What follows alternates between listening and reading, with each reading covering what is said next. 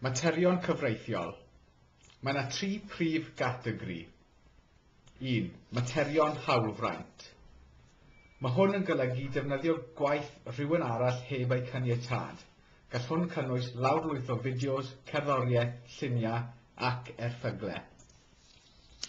Llên ladrad.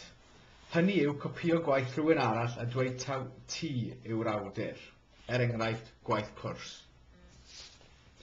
Troseddu. Mae hwn yn cynnwys twyll.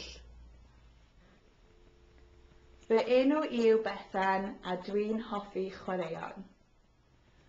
Os wyt ti'n ymwybodol o unrhyw gamddefnydd ar y we neu cynnwys amherthnasol, galwch childline ar dim 800 1111 neu galwch llinell gymorth yr NSPCC ar dim 808 800 5000 neu cliciwch ar logo SIO.